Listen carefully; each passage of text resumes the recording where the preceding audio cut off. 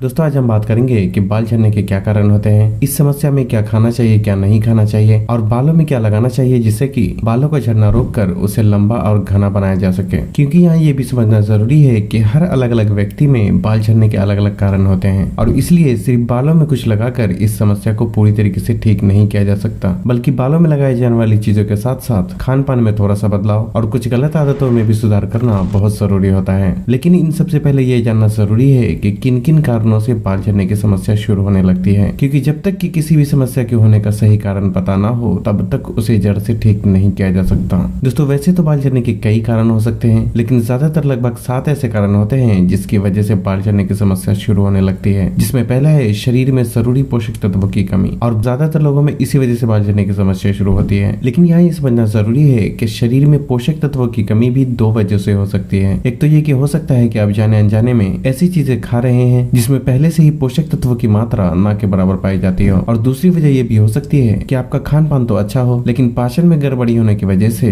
उसका पूरा फायदा आपके शरीर को ना मिल पा रहा हो। क्योंकि हम जो भी खाते हैं वो ठीक से पचने के बाद ही खून में पहुंचता है और फिर खून के जरिए बालों की जड़ों तक पहुंचने के साथ साथ शरीर के दूसरे हिस्से में भी फैल जाता है। इसलिए खाना जितना अच्छे से पचता है उसका फायदा भी शरीर को उतना ही ज्यादा मिल पाता है। दूसरा कारण है बालों की जड़ तक ब्लड का सर्कुलेशन ठीक से ना होना, और ऐसा इसलिए क्योंकि खाए गए खाने में मौजूद न्यूट्रिएंट और सांसों के द्वारा लिए गए ऑक्सीजन खून के जरिए ही बालों के जड़ तक पहुंचते हैं, और जब खून का दौरान धीमा होता है तो ऑक्सीजन और दूसरे जरूरी न्यूट्रिएंट बालों के जड़ों तक ठीक तरीके से नहीं पहुंच पाते हैं, और अक्सर ही इस वजह से भी बाल कमजोर होकर झड़ने लगते हैं। तीसरा कारण है alopecia, PCOD, scalp infection, sir में खुजली, डैंड्रफ और थायराइड जैसी बीमारी भी बाल झड़ने का मुख्य कारण होते हैं। और साथ ही पीरियड्स और प्रेगनेंसी के बाद ज्यादा ब्लड लॉस होने की वजह से भी बाल झड़ने की समस्या शुरू होने लगती है। हालांकि इस तरीके की प्रॉब्लम की वजह से होने वाली हेयर फॉल की समस्या के लिए अलग से ही वीडियो बनाने की जरूरत है, जिसमें डैंड्रफ की प्रॉब्लम के लिए हमारे चैनल पे पहले से ही वीडियो मौजूद है, जिसे आप चाहे तो देख सकते हैं। बाल झड़ने का चौथा कारण है कुछ दवाइयों का साइड इफेक्ट, जैसे कि high blood pressure, arthritis, heart problem, depression, birth control pills और कैंसर जैसी बीमारियों में इस्तेमाल की जाने वाली दवाइयों के साइड इफेक्ट से भी बाल झड़ने की समस्या शुरू होने लगती है। पांचवा कारण है बालों में हीट पैदा करने वाली चीजों का बहुत ज्यादा इस्तेमाल करना, क्योंकि ऐसे में बालों के ऊपरी हिस्से में इस्तेमाल किया गया हीट और गर्मी बालों के जड़ तक ट्रांसफर हो जाते हैं, जिससे कि बालों के जड़ कमजोर होकर झड़ने लगते हैं। बाल झड़ने का अगला कारण है गलत तरीके के केमिकल वाले प्रोडक्ट का इस्तेमाल करना,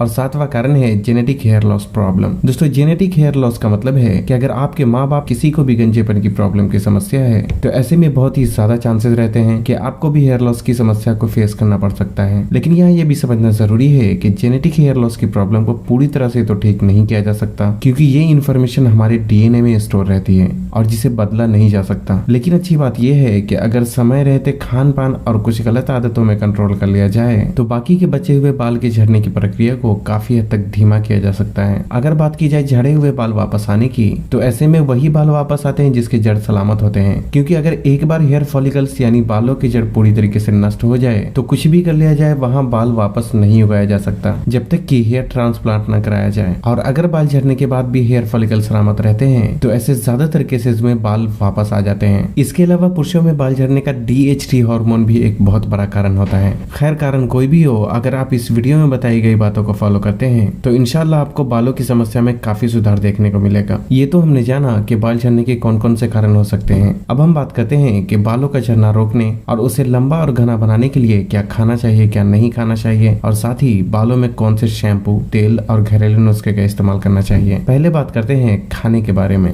जिसमें protein, vitamin A, C, D और E, बायोटिन यानी vitamin B7, iron, omega 3 fatty acid, selenium, vitamin B12, zinc और फोलिक एसिड जैसे न्यूट्रिएंट बालों की मजबूती और उसके अच्छे ग्रोथ के लिए बहुत जरूरी होते हैं। इसलिए इन सभी पोषक तत्वों की कमी को हर हाल में अपने दिन भर के खाने के जरिए पूरा करना चाहिए, जिसमें सुबह कुछ भी खाने से पहले बादाम, चिया सीड, नींबू और पंपकिन सीड यानी कद्दू के बीज का आपको इस्तेमाल करना है। इन चीजों को इस्तेमाल करने के लिए रात में ही 4 से 5 बादाम, 1 छोटा चम्मच कद्दू के बीज और 1 छोटा चम्मच चिया सीड पानी में अलग अलग डालकर फूलने के लिए छोड़ दें। उसके बाद सुबह उठकर सबसे पहले 1 गिलास पानी का सेवन करें और फिर आधे घंटे के बाद बादाम और कद्दू के बीज को पानी से निकालकर बारी बारी से अच्छे से चबाकर खाएं। उसके बाद चिया सीड के गिलास में आधा नींबू का रस निचोड़ कर डाल दें और उसके बाद उसे पी जाएं। इन चारों चीजों के इस्तेमाल से vitamin E, iron, omega 3 fatty acid, vitamin C, zinc और थोड़ी मात्रा में प्रोटीन भी शरीर को मिल जाते हैं। बाकी बचते हैं विटामिन A, डी, बायोटिन यानी विटामिन B7, फॉलिक एसिड और विटामिन B12। इनको आप अपने दूसरे वक्त के खाने के जरिए पूरा करने की कोशिश करें, जिसमें विटामिन ए और सही पाचन के लिए फाइबर की कमी को पूरा करने के लिए गाजर और खीरे को सलाद के रूप में अपने खाने में शामिल करें। फॉलिक एसिड, सिलेनियम और बायोटिन के लिए पालक जैसी चीजों को अपने खाने में शामिल करें। हालांकि सिलेनियम अंडे और दूसरे नॉन वेजिटेरियन फूड में भी काफी मात्रा में मौजूद होता है। विटामिन डी और B12 की कमी के लिए रात में खाने के 1 घंटे बाद 1 गिलास दूध का सेवन जरूर करें।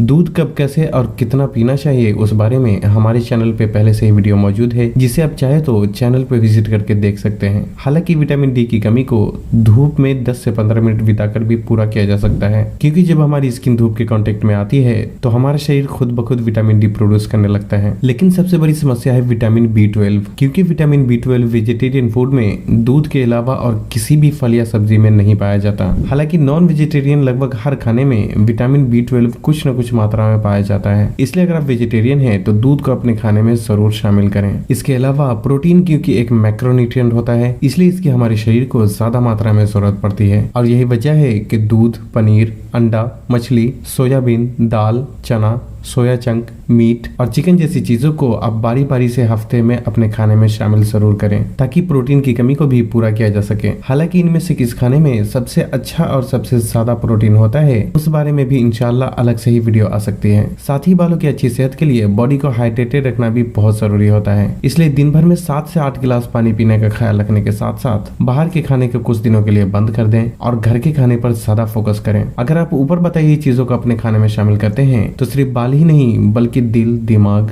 त्वचा, पाचन, हड्डी और शरीर की कई दूसरी समस्याओं में भी काफी हद तक सुधार आता है। लेकिन इतनी सारी अच्छी चीजें खाने के बावजूद इसका सही फायदा शरीर को तब तक नहीं मिल पाता जब तक कि ब्लड का सर्कुलेशन ठीक ना हो, क्योंकि जैसा कि हमने पहले ही जाना कि हम जो भी खाते हैं वो खून के बहाव के जरिए ही शरीर के दूसरे हिस्से तक पहुंचता है। और बाल क्योंकि हमारे शरीर के सबसे ऊपरी हिस्से पर होता है, इसलिए खाई गई चीजों में मौजूद न्यूट्रिएंट को बालों की जड़ों तक पहुंचने के लिए ब्लड का सर्कुलेशन अच्छा होना बहुत जरूरी होता है। और ब्लड का सर्कुलेशन अच्छा करने के लिए एक ही रास्ता है, और जो कि है एक्सरसाइज या फिर कोई हार्ड वर्क करना। और यही वजह है कि जो लोग ज्यादातर बैठकर काम करते हैं उसके शरीर में ब्लड का सर्कुलेशन कम हो जाता है, और जिसकी वजह से बाल झड़ने की समस्या होने के साथ साथ और कई दूसरी हेल्थ प्रॉब्लम भी शुरू होने लगती है। लेकिन एक्सरसाइज के लिए जिम करना ही जरूरी नहीं है, बल्कि जॉगिंग, रनिंग, वेट लिफ्टिंग या सिंपल होम एक्सरसाइज भी किया जा सकता है। अब बात करते हैं बालों में लगाए जाने वाली चीजों के बारे में, जिसके लिए सबसे अहम रोल प्ले करता है शैम्पू और तेल। क्योंकि अगर ये दोनों सही हो तो ये बालों को मजबूती प्रदान करने के साथ साथ उसे लंबा और घना भी बनाता है। और अगर शैम्पू और तेल गलत हो तो यही कई बार बालों के झड़ने का कारण भी बन जाता है। पहले बात करते हैं शैम्पू के बारे में। दोस्तों, शैम्पू खरीदने और इस्तेमाल करने में 2 बातों का ख्याल रखना बहुत जरूरी होता है। पहले तो शैम्पू खरीदते वक्त डब्बे के पीछे लिखे इंग्रेडिएंट्स लिस्ट को जरूर पढ़ना चाहिए, क्योंकि डब्बे के सामने तो सिर्फ अच्छी बातें लिखी होती है, लेकिन डब्बे के अंदर का प्रोडक्ट को बनाने में जिस चीज का इस्तेमाल किया जाता है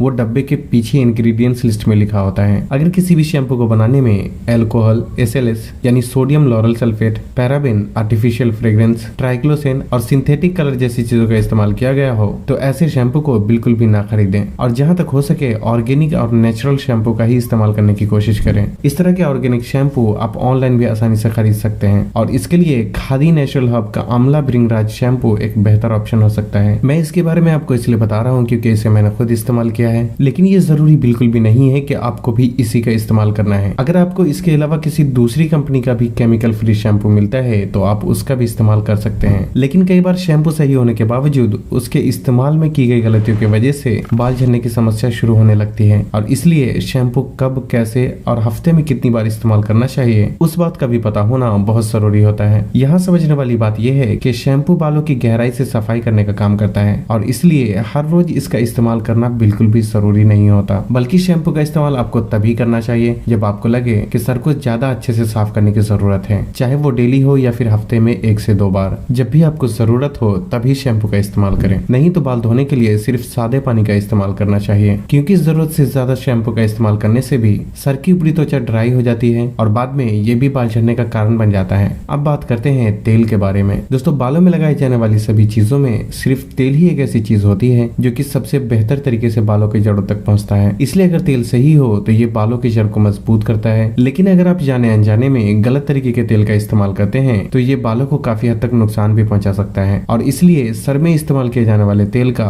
बहुत ही सोच समझ कर ही चुनाव करना चाहिए। बालों की थोड़ी बहुत प्रॉब्लम को एड्रेस करने के लिए प्योर नारियल तेल, सरसों तेल या फिर प्योर बादाम का तेल भी लगाना काफी हो जाता है। लेकिन अगर आपके बाल बहुत ज्यादा झड़ते हैं या आप बालों की ग्रोथ को बढ़ाकर उसे जल्दी लंबा और घना करना चाहते हैं तो इसके लिए आपको ऐसे तेल का इस्तेमाल करना चाहिए जिसे बनाने में कई तरीके के अलग अलग तेलों का इस्तेमाल किया गया हो, जैसे कि आंवला, भृंगराज, ब्राह्मी, अरंडी का तेल, जोजोबा, टीटरी, नीम और प्याज के रस जैसी चीजों को मिलाकर बनाया गया हो। खासकर प्याज के रस में सल्फर होने की वजह से ये बाल को तेजी से लंबा और घना करने में बहुत मदद करता है। इस तरह के तेल आप किसी भी कंपनी का इस्तेमाल कर सकते हैं, लेकिन यहाँ भी इस बात का ख्याल रखना जरूरी है कि आजकल मार्केट में आंवला और भृंगराज के नाम पर मिलने वाले तेल में ज्यादातर मिनरल ऑयल और कई तरीके के हार्श केमिकल मिले होते हैं। इसलिए आप जिस भी कंपनी का तेल खरीदें उसके डब्बे के पीछे लिखे इंग्रेडिएंट्स लिस्ट को जरूर पढ़ लें, और अगर उसमें सिलिकॉन, लाइट लिक्विड पैराफिन यानी mineral oil, SLS, paraben, alcohol और ट्राइक्लोसिन जैसे केमिकल का इस्तेमाल किया गया हो तो ऐसे तेल बिल्कुल भी ना खरीदें। और अगर आप पहले से ही किसी तेल का इस्तेमाल करते हैं तो उसके भी इंग्रेडिएंट्स लिस्ट को एक बार जरूर चेक कर लें कि कहीं उसमें भी इस तरीके के किसी केमिकल का इस्तेमाल तो नहीं किया गया है। Khadi global red onion oil, Tricon और मामा अर्थ कुछ ऐसी कंपनी के नाम है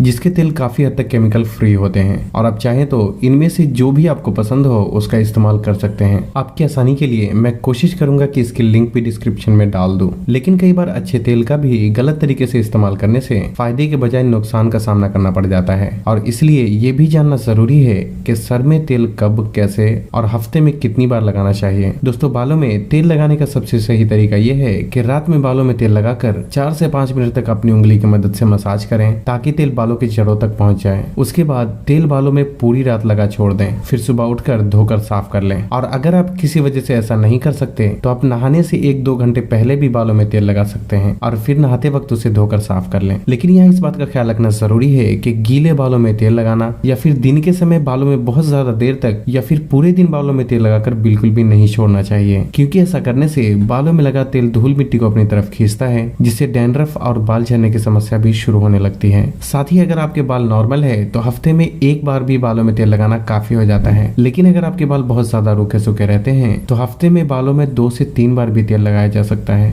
अब हम बात करते हैं घरेलू नुस्खे के बारे में, जो कि बालों को मजबूत बनाने और उसके ग्रोथ को इम्प्रूव करने के लिए काफी हद तक मदद करता है। नुस्खा बनाने के लिए आपको जरूरत होगी मेथी दाना, हिबिस्कस फ्लावर यानी गुड़हल का फूल, कड़ी पत्ता और कच्चे नारियल की। सबसे पहले 2 चम्मच मेथी दाना थोड़े से पानी में डालकर पूरी रात फूलने के लिए छोड़ दें, और फिर सुबह उठकर 7 से 8 कड़ी पत्ता और 4 से 5 गुड़हल के फूल, 1/4 कप कच्चे नारियल और रात भर भिगाए गए मेथी दाने, इन सभी को थोड़े से पानी के साथ मिक्सर में अच्छी तरह पीस कर उसे कॉटन के कपड़े में डालकर उसका जूस निकाल लें। फिर उस जूस को अपनी उंगली की मदद से बालों के जड़ में लगाकर 2 से 3 मिनट तक हल्के हल्के मसाज करें और फिर 10 से 15 मिनट यूं ही लगा छोड़ दें, और जब 10 से 15 मिनट हो जाए तो उसे धोकर साफ कर लें। इसका इस्तेमाल हफ्ते में 1 से 2 बार किया जा सकता है। इसके अलावा ये भी ध्यान रखना जरूरी है कि धूम्रपान, शराब, नींद की कमी और कई तरीके की गलतियां होती है जो कि बालों की समस्या को और भी ज्यादा बढ़ा देती है, और इस बारे में हमने अलग से ही एक वीडियो बना रखी है जिसमें मैंने 20 तरीके की गलतियों को डिटेल में समझाने की कोशिश की है कि ये गलतियां कैसे बालों की समस्या को बढ़ाती है और उन गलतियों में किस तरीके से सुधार किया जा सकता है। उस वीडियो की लिंक आपको इस वीडियो के डिस्क्रिप्शन में मिल जाएगी, और आप उसे ऊपर आ रहे आई बटन पे क्लिक करके भी देख सकते हैं। अब हम इंशाल्लाह हेयर सीरीज की अगली वीडियो यानी पार्ट 6 में जानेंगे कि वक्त से पहले सफेद हो रहे बालों को किस तरीके से ठीक किया जा सकता है। तो बस आज के लिए इतना ही। अगर वीडियो पसंद आई हो तो इसे लाइक और शेयर करके चैनल को सब्सक्राइब करना भी